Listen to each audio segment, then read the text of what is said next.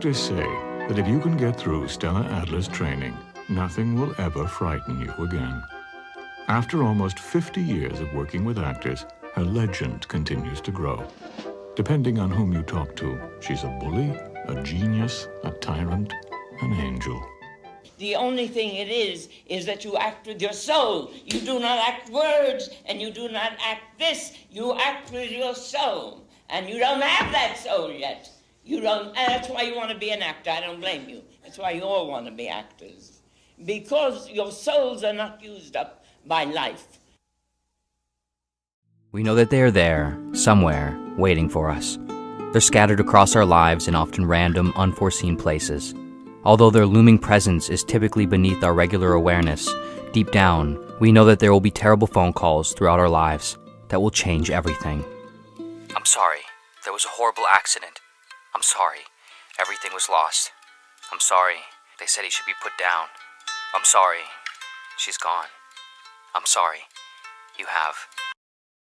Most of us are not regularly worried about terrible, life-changing phone calls. If we were, we wouldn't be able to function. To be fully aware of and worried about the full spectrum of uncertainty and tragedy in life would be to become paralyzed. When referring to the ordinary tragedies of human life, the 19th century novelist and poet George Eliot wrote, "That element of tragedy, which lies in the very fact of frequency, has not yet wrought itself into the coarse emotion of mankind, and perhaps our frames could hardly bear much of it. If we had a keen vision and feeling of all ordinary human life, it would be like hearing the grass grow and the squirrel's heartbeat, and we should die of that roar which lies on the other side of silence." Despite how quiet this roar might be on a day-to-day basis, arguably, somewhat contrary to the passage from Eliot, it isn't silent. The anxiety and dread we feel over the prospect of tragic moments, from small to big, for many of us, is always there, a low background hum reverberating through our unconscious mind. Like the hum of a refrigerator that we no longer notice because it is always there, this unease simply goes unnoticed most of the time because it has faded into the backdrop of the familiar. When something seems off, however, our attention is directed toward it, and we become aware of its constant presence. An untimely phone call, too late or too early in the day. A text message that reads, in an out-of-character tone, "Call me ASAP." In these instances, we might feel that otherwise quiet unease move into the foreground as we are reminded of how much is out of our control, how much is uncertain, how much can and will go wrong. As conscious beings, we possess foresight, the ability to imagine, consider, evaluate, and predict what will happen in the future. We are all partial fortune tellers in this respect. This ability gives us many advantages. It allows us to plan and prepare for the future. It allows us to build things that will last into the future, and it allows us to imagine and hope for the future. But also, of course, this foresight comes with a terrible curse. It makes us knowingly aware of the things that can and will go wrong. It puts us in the front row for the unrelenting show of time and disorder, a seat from which we cannot ever get up until the show is over. We are perhaps the only being that not only feels the possibility of things going wrong, but also knows that these things will happen for a fact.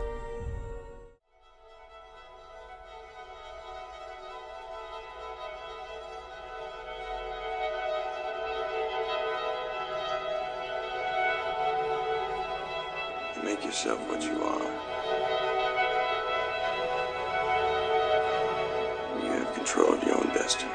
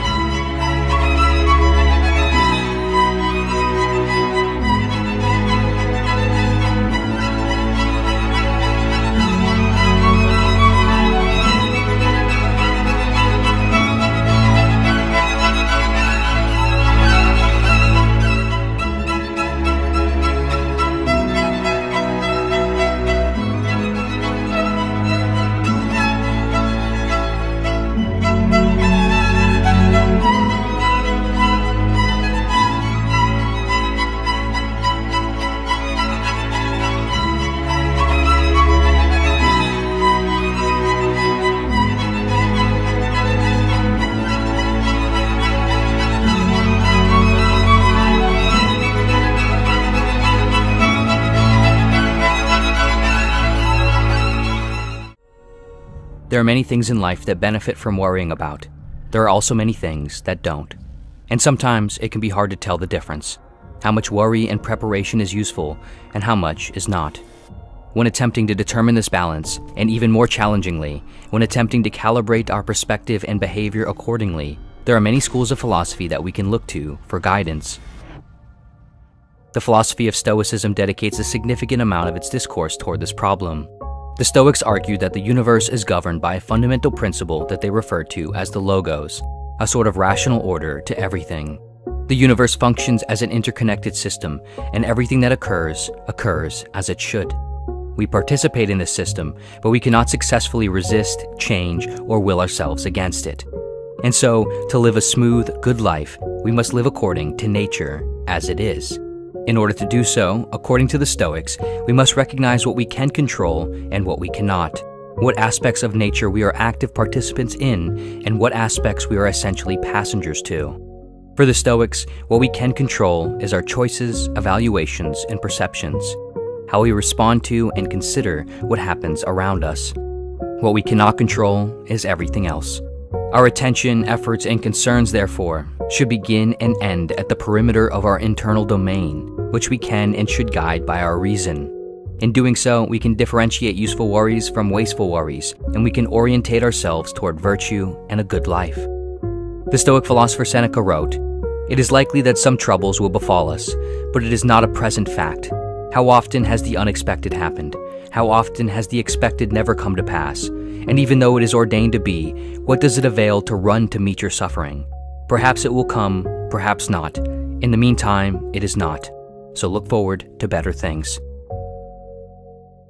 The philosophical tradition of Buddhism articulates a similar framework of thought, though it takes it a slightly different direction. Like Stoicism, Buddhism suggests that the world is a constant flux of interconnected events. Unlike Stoicism, however, Buddhism claims that this state of flux persists within our internal domain as well, our thoughts and feelings and states. We are merely empty points of awareness, constantly being filled up by the phenomena of the world, our body, and our mind.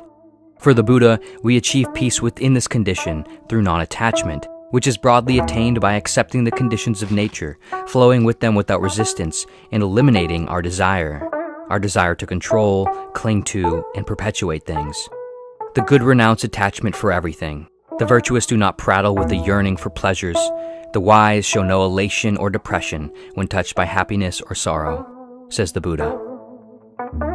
The philosophy of Taoism also tells us something similar, that the natural way and order of the universe, referred to in Taoism as the Tao, is out of our control, beyond our linguistic and rational comprehension, and the way to live well within this is to live in harmony with it. By living with a sort of graceful passivity toward the events of the world, simply observing, flowing with, and adapting to their ineffable course without rigidness or resistance, we obtain a positive state of fluidity in life. Water is the softest and most yielding substance, yet nothing is better than water for overcoming the hard and rigid, because nothing can compete with it, says Lao Tzu, the author of the foundational text of Taoism, the Tao Te Ching. Each of these schools of thought, which, notably, never came in contact during their early formations, although they differ in many respects, they share this similar ideal, the acceptance and embrace of the nature of existence as it is. Like just about everything, this is much easier said than done. For some of us, it might never be possible to accept the nature of existence. For others of us, it might be possible to varying degrees, but still only up until a point. Arguably, total acceptance of this form is merely an ideal. Enlightenment, or whatever you want to call it, is not achieved but strived toward. Over time, however, with the right effort and mindful deliberation, we can get closer to it, and we can better learn how to accept the total image of existence. There's a modern concept known as anti-fragility. The term was coined by the essayist, mathematical statistician, and former options trader Nassim Nicholas Taleb. The term is used to describe systems that increase in ability and strength as a result of disorder, attacks, or failures. This differs from qualities like resiliency, which describes the ability to recover from hardship and disorder, and robustness, which describes the ability to resist hardship and disorder. Anti-fragility, Taleb writes, is beyond resilience or robustness. The resilient resists shocks and stays the same. The anti-fragile gets better. Generally, the term is applied to areas like risk analysis, physics, and computer science. But of course, we ourselves are also systems. As we grow older, we inevitably receive an increasing number of terrible phone calls, text messages, and have increasing amounts of terrible experiences and conversations. But with each instance, instead of weakening, instead of resisting, instead of even recovering, in some major relevant way, we strengthen. Our ability to withstand the misfortunes of life, to withstand the prospect of them happening, and to process them when they have happened, improves. With each instance of something going wrong, of pain, of loss, of confusion, we become better prepared for the next, and we become increasingly prepared for the last instance we'll ever experience. Many of us, if not most of us, have already received phone calls, text messages, and had conversations that contain the sort of terrible news we all dread. And we're still here. Your life is almost certainly different. You are almost certainly different. But you are still here. Not unscathed, but nonetheless still capable of continuing on. Whatever we are worried about, so long as it isn't the final thing we are worried about, and perhaps even then, we'll be okay. You'll be okay. Everything will be okay. More broadly, worrying about the loss of things and fearing things going wrong necessitates having something to lose and feeling that many things in life are currently going well. The pain we have felt, are feeling, and are worried about feeling in the face of terrible news, that sense of loss and grief, are all directly proportional to how much we love and care about the things in our life. Worry, fear, grief, and pain, these things are not merely the consequences of things going wrong, but they are also the marks of things having gone right. They are the darkness through which we can see light. They are the silence through which we can hear sound. To care about anything is to lose. To love anything is to be devastated. My formula for greatness in a human being, wrote the philosopher Friedrich Nietzsche, is amor fati, that one wants nothing to be different. Not forward, not backward, not in all eternity, not merely bear what is necessary, still less conceal it. All idealism is mendacity in the face of what is necessary, but love it. To have great phone calls, text messages, conversations, and so on, we need the occasional terrible ones. And in the end, most phone calls, texts, and conversations are totally ordinary, benign, and wonderful. Hey, just checking in. How are things? Everything is good here.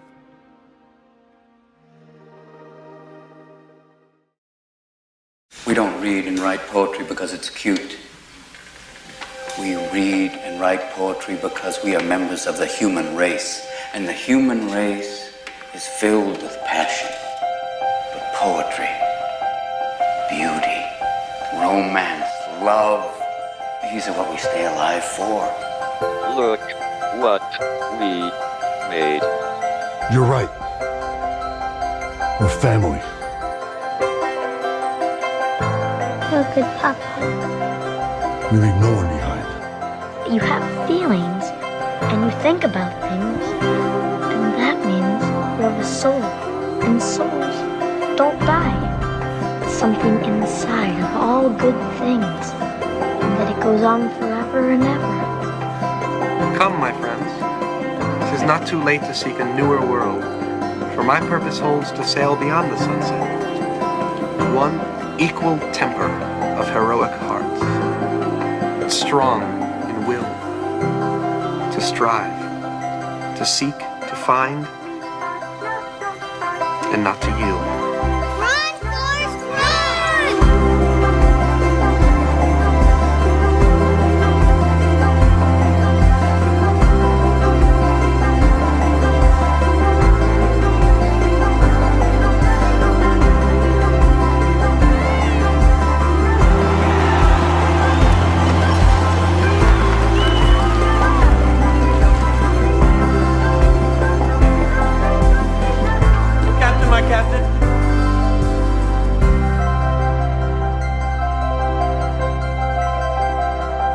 Beautiful things don't ask for attention.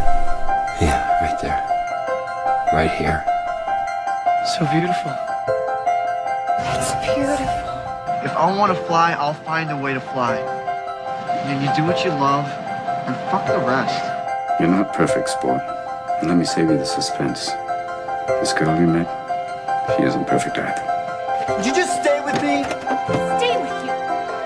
What for? Look at us, we're already fighting. I have 2 years to live. I need to work. Well, that's what we do. We fight. But the question is whether or not you're perfect for each other. And then we get to choose who we let into our weird little worlds. I want us to be together for as long as we've got, and if that's not very long, well then that's just how it is. Flying. So it's gonna be really hard. And we're gonna have to work at this every day, but I wanna do that because I want you. I want all of you, forever, you and me, every day. I love you. I love you. The greatest gift and honor is having you for a daughter. Hope is a good thing, maybe the best of things, and no good thing ever dies. Happiness can be found even in the darkest of time.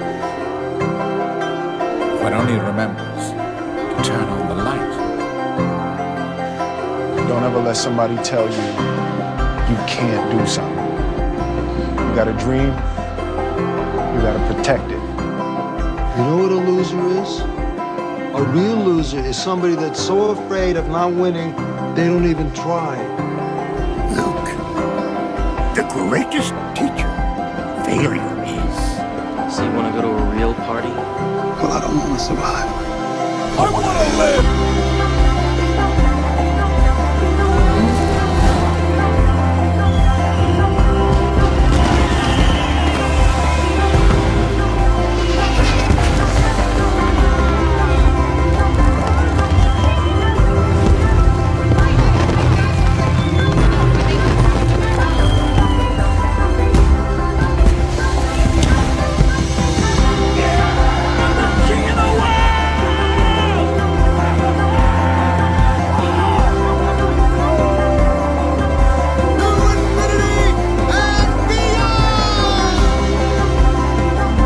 This moment, I swear, we are infinite. Seize the day. Thoreau said most men lead lives of quiet desperation. Don't be resigned to that. Break out. You are who you choose to be.